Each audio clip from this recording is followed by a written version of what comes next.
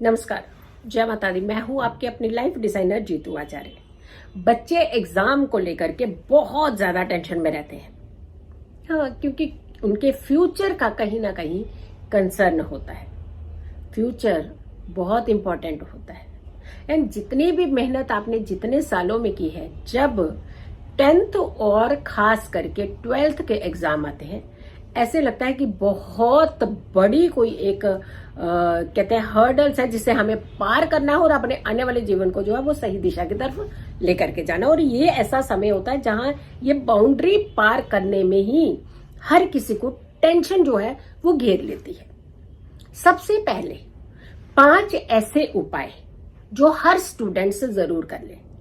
इससे आपकी बहुत अच्छी एनर्जी हो जाएगी, बड़ी पॉजिटिव एनर्जी हो जाएगी और आप किसी भी कार्य को जब करने लगेंगे तो आपका फोकस जो है वो बहुत अच्छा होना शुरू हो जाएगा। आपकी घबराहट खत्म हो जाएगी, आपको टेंशन एंजाइटी नहीं होगी। एग्जाम में फोबिया बहुत बड़ी इंपॉर्टेंट चीज हो जाती है लोगों के लिए। ऐसे लगता है कि खा गया, हमें डरा दिया, हमें ये सब्जेक्ट ने हमारी जान ले ली, ये कटो। ऐसे क्यों सोच रहे हैं, नेगेटिव क्यों सोच रहे हैं आप? आपने सबसे पहला कार्य करना है कि नेगेटिव नहीं सोचना है। आपने 5 ऐसी स्मॉल सी बड़ी छोटी सी रेमेडीज आपको बताने जा रही हूं जिससे आपका मनोबल बहुत स्ट्रांग होगा, आपकी नेगेटिव थॉट्स आपसे दूर हो जाएंगे, आपको किसी भी तरीके का फोबिया नहीं होगा, आपका फोकस बहुत अच्छा होगा, किसी तरीके के एंजाइटी आपको घबराहट नहीं होगी। लेकिन उससे पहले पेरेंट्स के लिए एक छोटी सी रिक्वेस्ट है। अब इसे छोटी रिक्वेस्ट कहें या फिर बड़ी रिक्वेस्ट करें, जो भी आपने मानना है मानिए, लेकिन हमें कहना है, हमें आपकी बच्चों की चिंता है, आपकी भी चिंता है। देखिए, सबसे ज्यादा इंपॉर्टेंट होता है कि एक बच्चे को इस समय हेल्दी एनवायरनमेंट देना। बच्चे कहीं ना कहीं वो मासूम है, बच्चे हैं, उम्र के छोटे हैं, तभी थोड़ी एंजाइटी होती है। लेकिन बड़ों के पास तो बहुत अच्छा एक्सपीरियंस होता है, पेरेंट्स के पास तो बहुत अच्छा एक्सपीरियंस होता है, तजुर्बा होता है, उन्हें हर मुसीबत से बाहर निकलने का रास्ता भी मालूम होता है। लेकिन जब उन्हें सब कुछ मालूम होता है तो वो अपने बच्चे के लिए एक छोटी सी एंजाइटी क्यों क्रिएट कर देते हैं? इतने नंबर आने चाहिए, सामने वाला बच्चा बहुत अच्छा पढ़ रहा है, उस बच्चे को ये सीट मिल गई, दूसरे बच्चों को पिछले साल सीट मिल गई, आपके बड़े भाई ने ऐसा करा था, आपकी बहन इतनी अच्छी है चली गई, आप ऐसा करना, इनके बराबर की टक्कर में रहना।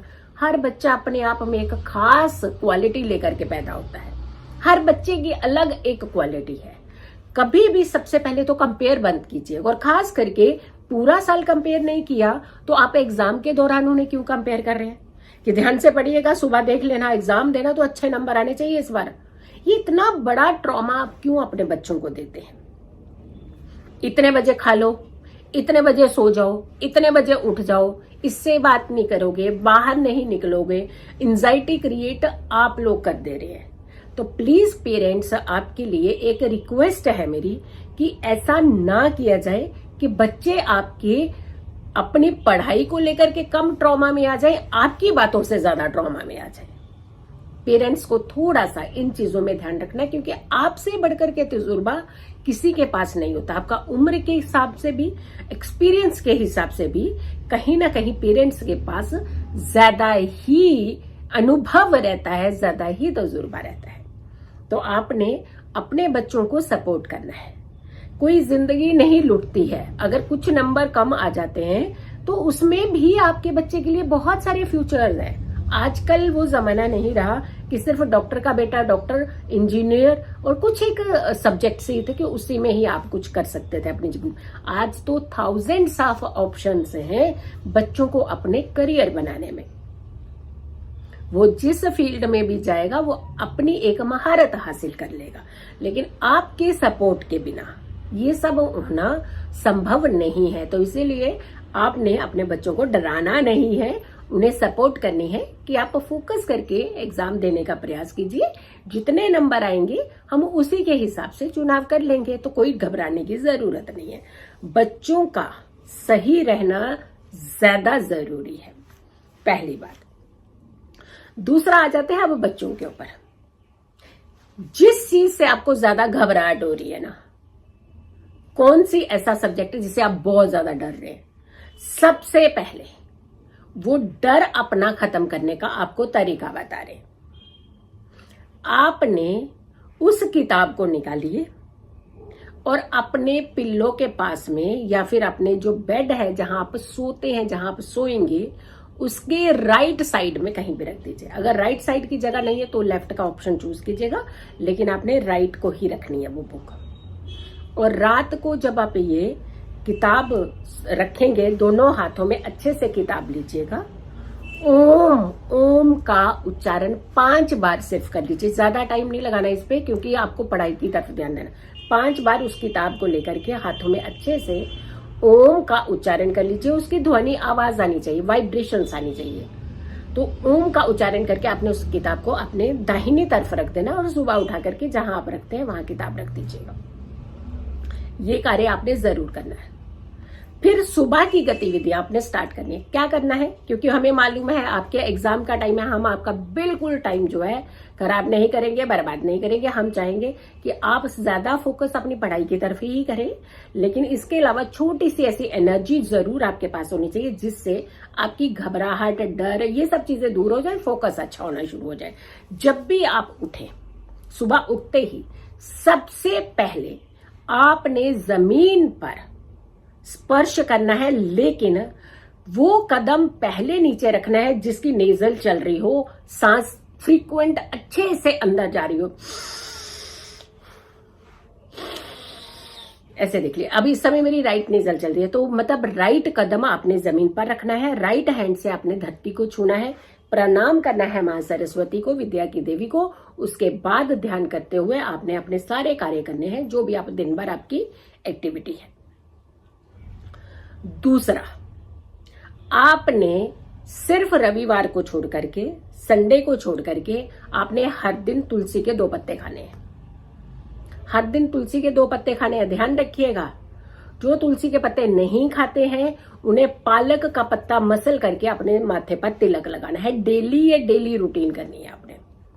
जब भी आप नहा धो लें तो आपने ये कार्य जरूर करना है। अगर आप नहीं नहा रहे हैं, किसी कारण आपको लगता है कि आपकी पढ़ाई में ज्यादा लंबा समय है या आप नहीं कर पा रहे हैं, किसी नहीं स्नान ले पाए, तो आप मुंह हाथ अच्छे से धो लीजिए, पैर धो लीजिए, उसके बाद ये कार्य कर लीजिएगा। तुलसी का पत्ता आपने बिना नहाए नहीं तोड़ना है। वो तुलसी जिन्होंने भी खानी है उन्हें आपको स्नान करना ही पड़ेगा। तो आप तुलसी वाले तो स्नान करके ही तुलसी पत्ता खाइएगा, लेकिन जो बाकी लोग हैं जो नहीं नहा रहे हैं तो वो पालक के पत्ते का रस निकाल करके उसका तिलक लगा सकते हैं और उसी पत्ते का थोड़ा सा एक गीला करके हाथ अपनी जीवा के ऊपर लगा लीजिएगा। दूसरा कार्य। तीसरा, केसर को पानी के साथ मिक्स कर लीजिए, हर दिन तिलक लगा लीजिए अपने माथे के ऊपर। अगर पालक का तिलक लगा उसके बाद आप केसर का लगा रहे हैं तो कोई दिक्कत नहीं है, कोई परहेज नहीं, आप लगा सकते हैं। केसर का तिलक आपने जरूर लगाना है। ऑल डेज, जब तक एग्जाम चल रहे हैं, ये रेगुलर कीजिएगा। अगला उपाय, जब भी आप घर से बाहर निकलते हैं अपने एग्जाम देने के लिए, वैसे तो मेरे जो राशिफल है, सुबह का राशिफल है, हर दिन का राशिफल है, उसमें मैंने हर दिन का टिप देती हूँ कि हर दिन आप जा रहे हैं एग्जाम के लिए तो क्या करके आपको निकलना चाहिए। तो हर सुबह मेरे ही यूट्यूब चैनल पर राशिफल आता है, मैं 6 बजे ही डाल देती हूँ ताकि आप बहुत अच्छे से उसको उपाय को कर सकें। लेकिन जो उपाय है, जो टिप है, वो मैं एक दिन पहले ही दे रही हूँ आपको, ताकि आप आराम से उसको कर सकें।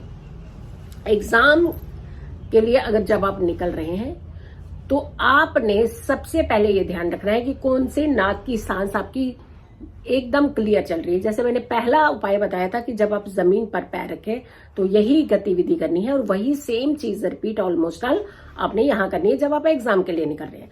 तो आपने देखना है कौन सी साइड की नाक की सांस जो है वो आपके अंदर अच्छे से जा रही है। ध्यान से रखिए घर से बाहर जाते हुए, ये जो सांस आपकी क्लियर चल रही हो वो ही आपने कदम बाहर रखना है। पहला, माता पिता, पेरेंट्स या फिर बच्चे स्वयं, कई बार हॉस्टल में भी रहते हैं बच्चे, तो उपाय जरूर करना है। दही थोड़ा सा जरूर रख लीजिए। दही में कुछ मीठा मिष्ठान, चाहे वो शक्कर हो चाहे चीनी हो, थोड़ी सी डाल करके उसका सेवन करके ही घर से बाहर जाया करें। ये उपाय भी आप जरूर कीजिएगा। जब आपके पास एग्जाम पेपर आ जाए, एग्जाम पेपर लेकर के 2 minute just for a seconds कुछ आंखें बंद करनी है या नहीं भी करनी है, ध्यान करना है। अपने कुल देवी देवता का, अपने इष्ट देव का, भगवान भोलेनाथ का, और मन ही मन में सिर्फ 5 बार ओम बोल दीजिएगा। उसके बाद अपना एग्जाम शुरू कर दीजिएगा। लगता है सबको कि टाइम नहीं होता, ये सब चीजें हम नहीं कर सकते हैं। भाई सारी चीजें तो करोगे आप, हर चीज लेकर के वहां पेपर ऐसे हाथ माथे पे रख करके भी तो बैठ जाओगे आप। क्यों करोगे ये सब चीजें? आपको नहीं करने की जरूरत पड़ेगी, आपकी एनर्जी बहुत अच्छी रहेगी। तो आपने ये कार्य जरूर करना है। ये कार्य कीजिए, आपको नहीं दिक्कत आएगी। घबराना बिल्कुल नहीं है, टेंशन बिल्कुल नहीं लेनी है, नो एंजाइटी। सिर्फ और सिर्फ अपने कर्म कीजिएगा और कर्म का फल आपको जरूर मिलेगा। ध्यान जो होता है ये बहुत बड़ी बात होती है। संतुलित ध्यान यानी बैलेंस, जो फोकस होता है, ध्यान होता है, ये बड़ा इंपॉर्टेंट होता है। तो बैलेंस होकर के आप हर चीज को कीजिए। तो घबराना नहीं है, बिल्कुल डरना नहीं है। ऑल द बेस्ट, आपके एग्जाम बहुत अच्छे हों, आप बहुत अच्छे से अच्छा स्कोर करें।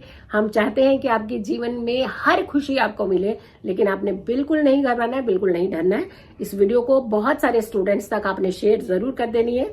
और अगर आप स्वयं नहीं कर रहे हैं क्योंकि आपके पास टाइम कम होता है, तो पेरेंट्स को बोल दीजिए ताकि और बच्चों तक भी ये वीडियो पहुंच सके और लोग भी इसको अप्लाई कर सके ताकि उनके भी एग्जाम अच्छे हो सके। सो गॉड ब्लेस यू, बहुत अच्छे से एग्जाम दीजिए। All the best. अगर आप लोगों ने अभी तक मेरे चैनल को सब्सक्राइब नहीं किया तो जरूर कीजिएगा, वीडियो शेयर कीजिएगा, मेरी आने वाली हर वीडियो का इंतजार करें। तब तक के लिए नमस्कार।